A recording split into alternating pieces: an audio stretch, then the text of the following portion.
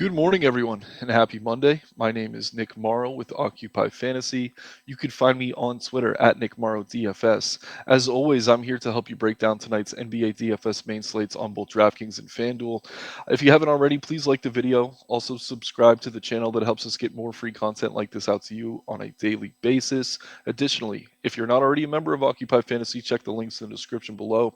You get access to the model you see here, which I'll be using throughout the video, a single lineup builder, a multi lineup builder, also a private Discord server full of seasoned DFS pros to help you improve your game. We have a 30-minute window leading up to each slate's lock where you can ask your lineup and slate specific questions. So without further ado, we got to really get into this one today. We got 11 games. I'm going to go through game by game, team by team, talk about the major injury news and my favorite plays. I have a DraftKings window open as well as a FanDuel window. I'll slowly start to build throughout the video, but we're going to kind of have to go rapid fire to get through this. Just a massive, massive slate because there weren't many games yesterday due to the Super Bowl. So we're getting that trickle down into our NBA DFS. So let's get into it here. First game on the slate, we have the Atlanta Hawks at the Charlotte Hornets. The Hawks are 5.5 point favorites on the road. We're looking at a 239.5 point game total here. So yeah, we got some injury news on both sides. I'll start with Atlanta. Sadiq Bey, this trade that's been pending for days because Gary Payton was injured has finally gone through. They should have Sadiq Bey available tonight. Bogdan Bogdanovic is questionable. John Collins is questionable, and Trey Young is listed as probable. So if Bogdan and Collins are out, that would provide a boost to all the other starters. Maybe we see Sadiq Bey slide into the lineup and replace Bogdan here. I'm not sure how many minutes he would get in his first game as a Hawk, but it's something to keep an eye on. The bigger news, I guess, is John Collins for me because if he's out, that should provide a boost to whoever starts at that wing, likely DeAndre Hunter. And we're also going to see a bit of a rebound boost for Clint Capella. So those guys would look fine. Trey Young listed as probable, looks good on both sites. Obviously, DeJounte Murray is in play. This is a very favorable game environment against a very soft Charlotte defense. Again, we're looking at a near 240-point game total here. So whoever starts for the Hawks looks good. I don't know that I'm forcing or prioritizing anything as things stand, but do not ignore these Hawks. This is going to be a good spot to look, and this is one of the first games on the slate, so we should have all the injury news we need as well as starting lineups. So again, Collins and Bogdanovich are questionable. Bay should be making his debut here, but if those guys are out, we're going to like Hunter a lot. Capella should see a little bit of a boost, and Young and Murray will look even better. So no major priorities for Atlanta, but certainly a spot we can consider some options. Moving into the Charlotte Hornets side of things, let's see here. Oubre is still out. No Cody Martin. Theo Maledon is out. James Bouknight is out. He is back down with the G League. So one of the most popular plays on the slate is coming from this game. That is Mark Williams with Mason Plumlee now traded out of Charlotte. Williams has been solid as their starting center. And we saw him producing at a pretty high level even when Plumlee was there with the backup center minutes. So now that he's getting those starter minutes, I'm going to go ahead and pencil him in on both sites as kind of a core play. I will say this, obviously center is one of the more loaded positions on the slate. We have 11 games here. So in larger field stuff, I could totally see getting off of him and using other center options. But as things stand, I do think Williams is one of the better plays on the slate. With Oubre still out, obviously that means extra usage for guys like Hayward, Ball, Rozier. They all look solid to me here. I think Hayward's a little bit too cheap on both sides. Going to quickly take a look at his game logs here. Let's see. Yeah, for a few weeks he wasn't really playing as many minutes as we'd like to see, but he's finally back over 30 now consistently. So I like him at 5,200 over on FanDuel and 4,900 over on DraftKings. So Gordon Hayward looks great. Obviously, small forward and power forward sometimes are the tougher positions to fill. Certainly, small forward is. So I do like Hayward on both sites. LaMelo Ball, 9,600 on FanDuel, 10,400 on DK looks fine. Just very expensive. There's a ton of great guards on this slate. Prefer him over on FanDuel, obviously at that discount, but I will say he's in play on both sites. Terry Rozier looks fine here as well. But yeah, really good game environment. Again, we have a 240-point total here. The core plays, though, are certainly Mark Williams and then kind of secondary, maybe Gordon Hayward. But given how thin that small forward position is, I do like him a lot on both sites. We can move into the next game on the slate now. We have the Houston Rockets at the Philadelphia 76ers. The Sixers are 12.5 point favorites at home. So Embiid's listed as questionable. Personally, I don't think he has to play here, obviously, against a team like Houston. Philly should be able to win relatively easily, even without him. But given the widespread, I mean, seems more likely than not that he does play. Embiid's kind of turned into LeBron of the East in that he's questionable on every single slate, and he almost plays every single slate. Other than Embiid, though, Milton's listed as probable. There's really no other injury news we need to keep an eye on. If Embiid's in, he's certainly viable here. Some blowout risk, but obviously a massive, massive ceiling. James Harden looks okay. But that's really it from Philly. I just don't love the spot because there's clear blowout risk, and with this team healthy, they're all kind of priced where they should be. Moving over to the Houston side of things, Houston was complaining on Twitter last night. They're in Philly, obviously. Fans a little bit riled up after that Super Bowl, so I don't know how well they're going to be slept here. But still no Kevin Porter Jr. That's the big piece of news. John Wall is now a Rocket again, but he's never probably going to suit up for this team, so not something we really have to dig too deep into. Um, Eric Gordon was traded away at the deadline, which is opening up more minutes on the wing. That's why I think we're seeing pretty high ownership going to someone like Jay Sean Tate. I think he's solid as a value play, especially on DK at only 3,500. The minutes are a little bit iffy, but at the same time, I do think they climb with some of the moves they made at the deadline. Jabari Smith looks okay here. He's going to be seeing a lot of Embiid if Embiid's in, though. So that's going to be tough. I really like Jalen Green on both sides, especially DK at 6,900. Very, very tough matchup, but you're getting him sub 5% owned, and he's affordable. So I don't mind him there. Keep an eye on the starting lineup. If it's KJ Martin, he's okay as the last piece in. But again, against Philadelphia, really not a game I'm chasing too much of Houston. Moving into the next game on the slate now. We have the Spurs at the Cavs. The Cavs are 14.5 point favorites at home. We're looking at a 224.5 point game total here. So, starting with the Cavs, really no injury news to report on. Just Isaiah Mobley, who's a G League guy, is out. So nothing we have to dig too deep in on that one. Mitchell looks fine. Mobley, Allen have been really solid lately. I don't mind going to either in tournaments. Neither are priorities, though. Darius Garland, another good guard play. We're loaded with them on this slate, so I wouldn't go there. Levert, I don't have much interest in except for when he starts, which usually only happens with one of Garland or Mitchell out. So I probably won't get to him tonight. We've seen Isaac Okoro starting at the wing. Very inconsistent, but he's cheap enough to kind of consider as a punt in tournaments. Wouldn't mind him if you're playing a bunch of lineups, but really no priorities here for Cleveland. So moving over to the San Antonio side of things, let's see what we got for injuries. Charles Bassey's questionable. Keldon Johnson's probable. Trey Jones is out. Romeo Langford is out. Jeremy Sochan is probable. Devin Vassell is out. So yeah, clearly a ton of injury news we have to keep an eye on here. Zach Collins, he is kind of priced much better over on DK. We're seeing 4,500. I don't want to use up both center spots necessarily this early in going through these games, but at the same time, these are two of the best value plays on the slate, Mark Williams and Zach Collins. So I'll go ahead and pencil him in over on DraftKings. Devontae Graham's been coming off the bench, but with Trey Jones out, I do think he's going to see enough run here to consider his value much better on DK at only 3,500. Only 6% owned. That's a little bit surprising to me. I think if he starts, we see that go way, way up. But as things stand, I do like Devontae Graham over on DraftKings. The 5,200 price on FanDuel isn't as appealing, but I don't think we have to necessarily run away from that either. If we're lacking value at guard, I could see getting to him over there as well. Keldon Johnson, I wish his price would come down a bit. Obviously, the opportunity's there. He's seeing high usage. He just hasn't been hitting value because he's been a bit overpriced. Jeremy Sochan listed as probable. He should be good. He has had back spasms over the past few weeks, but again, a decent option here, as is Malachi Branham. They did just cut Stanley Johnson, which opens up more minutes on the wing. All this being said, though, they're playing the Cavs, which are one of the better defensive teams in all of the NBA, so it's really tough to get too excited about anything there. But I will say Zach Collins at 4,500 on DK, at least for now, is worth penciling in. So we can move into the next game on the slate now. We have the Jazz at the Pacers. The Jazz are 1 point favorites on the road, 238-point game total here. Let's start with Utah.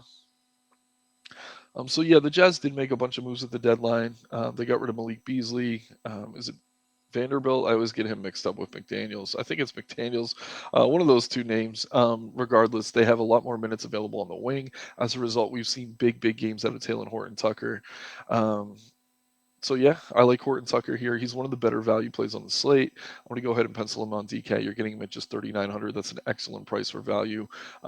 The plays I'm penciling in are going to be the chalkier plays, but I'm just looking at in terms of point per dollar who we want to really target this evening, and these are the guys that I'm starting to build my lineups with. So Horton Tucker looks excellent here. Colin Sexton, another really strong play, over 25% owned on both sites.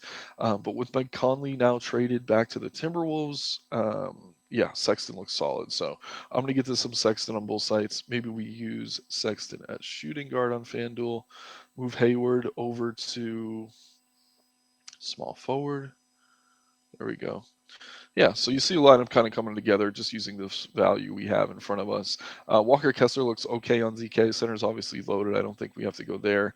Kelly Olynyk, wide range of outcomes, pretty high ceiling for his price though. Don't mind him in tournaments. And then Lauri Markkanen, don't love the DK price where he's over 9K, but on FanDuel at just 7,600, I think he's one of the better forward plays on the entire slate. So I'm going to get some Lauri over on FanDuel. Go ahead and pencil him in around 7,600. But yeah, I really like Utah here. There's a lot to like. Obviously, Horton Tucker's the priority, followed by Sexton, Markkanen over on FanDuel. The rest of the starters look okay as well. I wouldn't play Kessler at that 7,200 price tag over on FanDuel, but on DK where he's sub 6K, he's certainly in play. So lots to like from Utah this evening. We can move over to Indy now. Tyrese Halliburton's questionable. That's obviously a big one. We're going to have to keep an eye on that situation. Yeah, so if Halliburton's in, I think he looks good. Let's take a look here. I'm pretty sure they traded for a backup point guard. Yeah, George Hill. Um, I'm hoping George Hill isn't playing tonight. TJ McConnell would become an excellent value play if Halliburton's out and McConnell is starting. If McConnell comes off the bench and Halliburton's out, I still think he's going to be an interesting guard value, but really a little bit tougher to trust. The minutes just haven't been there for him, even with Halliburton out. I mean, even on that run where he was excellent as chalk, he wasn't playing 30 minutes per night. So just keep that in mind before you get too heavy on McConnell if Halliburton is ruled out. Regardless, I do like him, especially if he starts. Benedict Mathurin, very scoring dependent, but a high upside. So sub 5K, he's in play. Don't mind Buddy Hield. Really only going to get there if Halliburton's out, though. Same can be said for Andrew Nemhard. Miles Turner's fine, but again, center is loaded tonight. You do get that power forward eligibility if you need it on FanDuel. Not something I'm forcing, though. So, yeah. Also, Turner's listed as questionable. So if Turner's out, let's take a look here. I know they got rid of Goga, but Jalen Smith would probably slide in as the starting center. Could also see Isaiah Jackson. So keep an eye on that news. Again, this is 7 o'clock game, so we will have it. We will have that starting lineup. If Turner is out, whoever starts at center is going to look excellent. Jackson's been the better fantasy producer for most of the season, but we have seen some huge games out of Smith as well when Turner's out. So another situation we certainly have to keep an eye on, but I'm not comfortable really clicking anything yet until we have that news. So we can move into the 7:30 window now. Game I'm certainly interested in. We got my Nets at the Knicks in the Garden. Knicks are 3-point favorites at home, 220.5 point game total here. So the identity of this Nets team has certainly changed now, with KD now gone, Kyrie now gone, and all these defensive wings now playing and involved. It's going to be tough. We're going to have to wait for these rotations to settle before we could feel really confident playing any of these guys. But as things stand, I mean, Mikal Bridges looks fine on both sides, 6,600 on DK, 73 on FanDuel. He's going to be seeing a ton of usage here in Brooklyn, a lot more than he was seeing in Phoenix. Dinwiddie looks solid, but 8K does feel a little bit overpriced for me, so I'm not rushing to get to him. Don't mind Cam Johnson. Cam Thomas, one of my favorite players, obviously has had some massive games. He's overpriced right now. Until they work him into the rotation consistently, I'm not going to be clicking him, especially at this price tag. I'm hoping his price continues to dip as those minutes aren't necessarily there off the bench. They've been starting Cam Johnson over him at the 2. I think that's going to continue. So as much as we like Cam Thomas as a player, he's really irrelevant for fantasy today. I do like Nick Claxton on both sides, but again, center is loaded.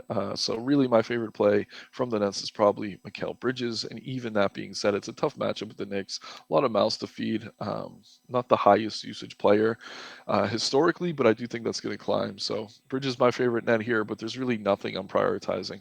Over on the Knicks side, the only injury news we have is Mitchell Robinson. I forgot to mention Seth Curry out for the Nets, but he's been out for a few weeks, so no big news there. Um, But yeah, they did just trade for Josh Hart. So again, Tibbs has another guy. He could play 35 plus minutes a night. I don't mind Hart here. Randall looks fine on both sides. It is a favorable matchup. Definitely better over on FanDuel. Jalen Brunson, 7,900 on FanDuel looks really solid. I do like him over there. But really, this is a tougher matchup than it's been all season. It looks like Vegas has already adjusted. You see that with the low 220-point game total. But Brooklyn's a defensive team now, so I'm not rushing to these next pieces. But all that being said, guys like Brunson and Randall certainly have upside on any slate, and tonight is no exception. So we can move into the next game now. We got an interesting one here between the Nuggets and the Heat. The Heat are 1 point favorites at home, another 220.5 point game total. This Heat injury report is obnoxious. We got Bam probable, Haslam doubtful, Hero questionable, Highsmith probable, Jovic out, Lowry out, Oladipo out, Duncan Robinson out, Strus is probable, Vincent probable, Yurt 7 is out. So let's click over to Miami. The biggest piece of news here is that Tyler Hero is questionable. So if Hero is out, that's going to open up usage for guys like Jimmy Butler and Bam Adebayo. Um, we're going to have to wait and see on this. The other guy we can definitely trust already is Gabe Vincent as the starting point guard. Kind of inconsistent, not a very high ceiling as a fantasy producer, but he is cheap enough on both sides if we don't get better guard value to go to Vincent with Lowry still out. As things stand, I don't mind Butler or Bam. Wouldn't prioritize either of them though if Hero is in. If Hero's out, those will be two of the better kind of mid to high pay up option mid range pay up options. I don't know what I'm trying to say here, but yeah, wait and see on Hero. If he's in, he's okay. Not something I'd be using much. If he's out, Butler and Bam are going to look a lot better. And Gabe Vincent's really the one value play that I'm interested in for Miami as things stand. Over on the Denver side of things, we have Jamal Murray and Aaron Gordon both questionable. If they're both out, that's going to be a boost to all the other starters, namely a Bruce Brown, KCP, Michael Porter Jr. Obviously, Jokic is going to see even more usage than usual. But at 12K tonight with so much value at center, I'm not going to get the Joker much. In tournaments, I mean, there's merit to playing him at such low ownership, but not only are there a ton of good value centers, but he's also very expensive at 12K and in a tough matchup with Miami. So Jokic, probably one of the highest ceilings on the slate. Still not something I'm prioritizing though. If Murray's out, that would make Bruce Brown look excellent. If Aaron Gordon's out, that's a big boost to Michael Porter. If both are out, all those guys are going to look good. Whoever starts for this team, I'd get to some KCP, maybe even Christian Braun as well if he slides into the starting lineup. So a lot to like for Denver, but we do have to wait on that news. If Murray and Gordon are in, there's really no priorities here. All right, moving into the 8 o'clock window, making decent pace and speed so far. Again, 11 game slate, a lot to get through. Let's start with New Orleans. Yeah, so let me pull up the spread here. We got the Pelicans at the Thunder. The Thunder are 2 point favorites at home. Healthy 236.5 point game total here. So the big news, obviously Zion's going to be out for a while. We have CJ McCollum questionable. If he's out, that's going to create even more usage for Brandon Ingram. Brandon Ingram, excuse me, who I like a lot on both sites. We're getting him at 7,800 on both sites. I'm going to go ahead and pencil him in. Again, forwards historically one of the thinner positions on all of these NBA DFS slates. Um, just because usage often goes to guards and centers. It's really no surprise. But I like Ingram a lot. I'm going to go ahead and pencil him in, but to get to him, I have to move Laurie down to power forward on FanDuel, which is really no issue. LAU. There we go. So yeah, I'm going to get to Ingram. I will say this, though. They did just trade for Josh Richardson. That could cut into his usage a bit. Um, on FanDuel at 5,700, I really don't have much interest, but let's check the game log on him real quick. I think this is important. Spelled that wrong.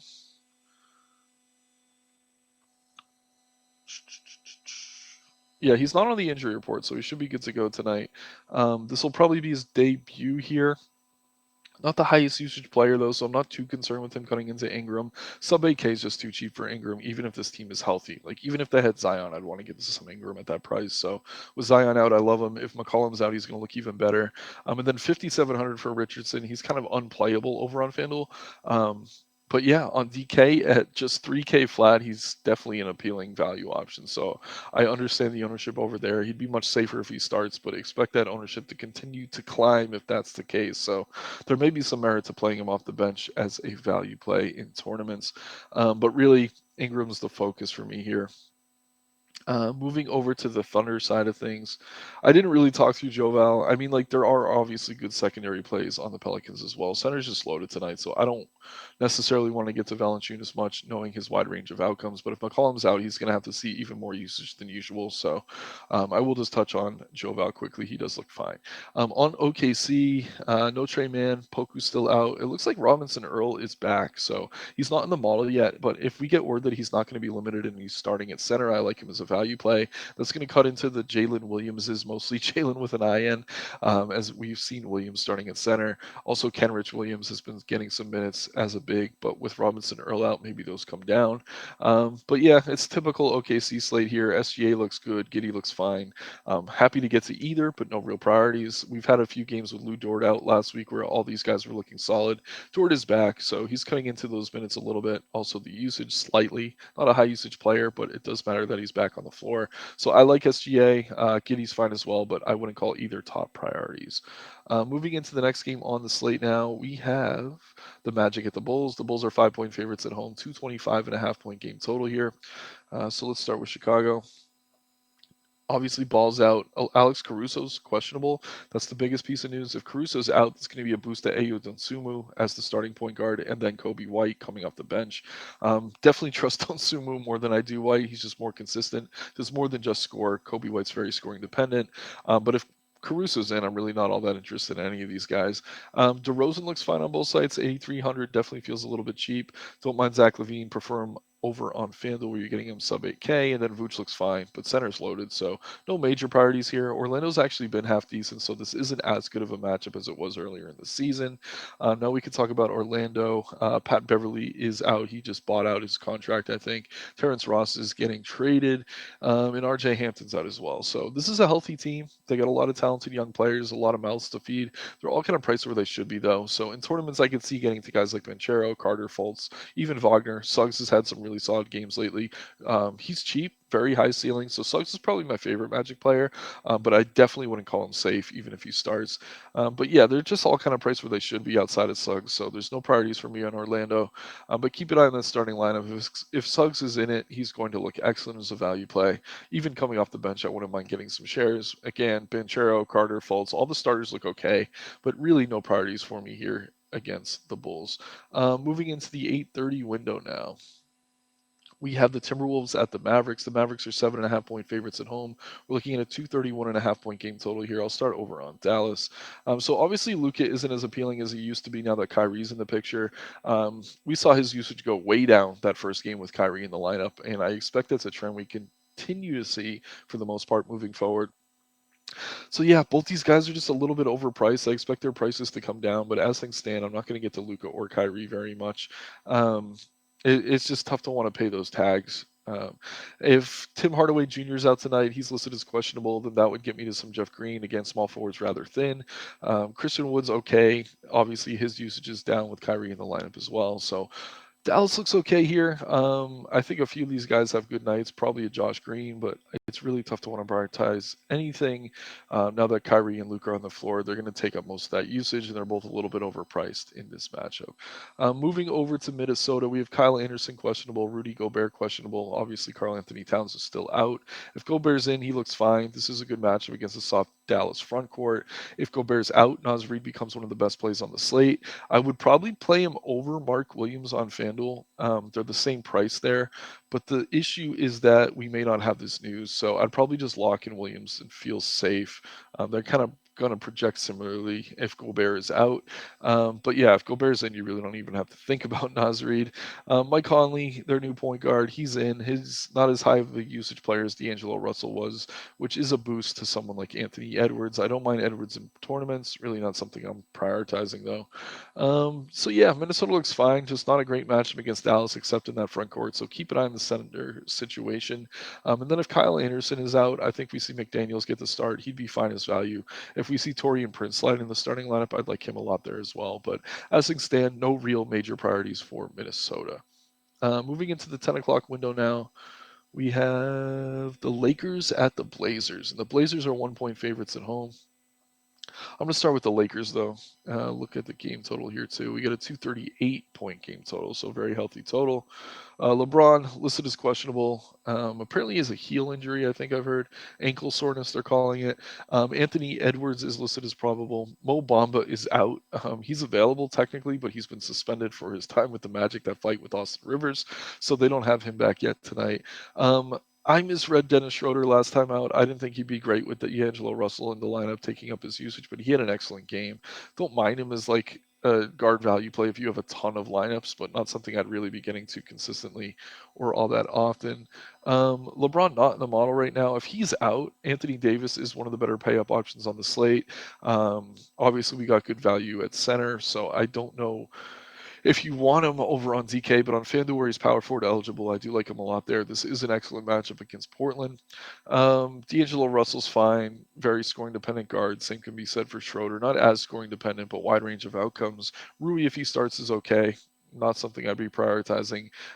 Lakers really beefed up their depth at the deadline, which hurts us a little bit for DFS, but these prices will adjust over the next few weeks. So just keep an eye on things. If LeBron's out, Davis is a priority here. If LeBron's in, LeBron's fine, as is Davis, but I wouldn't call either a priority. So over on the Portland side now, taking a look, Jeremy Grant is questionable. Nurkic is still out. Justice Winslow is out. Trevor Watford is probable. Yeah, so Dame looks great on both sides. He's fine. Drew Eubanks with Nurkic out looks solid on both sides. I prefer him over on FanDuel where he's only 4,600. I don't want to build a full lineup here. I guess I'll leave guard open, but yeah, 4,600 for Eubanks as a power forward. I have some interest there. Over on DK, he's center only. Definitely a lot tougher to get to. You see that reflected in the ownership. Simon, scoring dependent guard, looks good on both sides. I don't mind him here. Obviously, Dame is Dame. That 11K tag on DK feels a little bit inflated. He has been outstanding lately, but it's going to be tough for me to want to get to him there at 11K. I think he's better on FanDuel at 10.4. If Jeremy Grant's out, that should make things even more appealing for someone like Drew Eubanks. And keep an eye on the starting lineup. I want to take a quick look at Cam Reddish here. Uh, Reddish hasn't really played all season for the Knicks, but the Blazers went ahead and traded for him. Only 17 minutes as a starter last time out, so even if you see him starting, proceed with caution. I think there are better value plays on the slate. So yeah, no real priorities from Portland. Kind of similar to the Thunder in that the backcourt looks fine, but other than that, there's really nothing I'm prioritizing other than Eubanks because he has power forward eligibility over on FanDuel. All right, we got just one more game now. Thanks again, everyone, for tuning in. We got the Wizards at the Warriors. The Warriors are 3.5 point favorites at home. We're looking at a 233.5 point game total. Jordan Poole, still no Steph Curry. He looks good on both sides. I'm going to go ahead and pencil him in. Actually, I don't need to. We really get the start of a nice lineup on both sides. It's against terms of services to build a full lineup, but I will say this. I really like Jordan Poole. If you can get to him, I think he's solid here. Excellent matchup against the Wizards. Draymond Green's fine, kind of as the last piece in. Don't mind Klay Thompson. Obviously, very high ceiling, but a low floor given his price point. Wiggins looks solid. Looney's been pretty bad lately, so I wouldn't get to him. Again, center's pretty loaded for value. So the interesting plays here are mostly Jordan Poole. He's the priority. Green's fine, Thompson's fine, Wiggins fine, but nothing I'm really forcing. Now we can talk about their opponent, the Washington Wizards. We got the Wizards here. Taking a look at the injury report.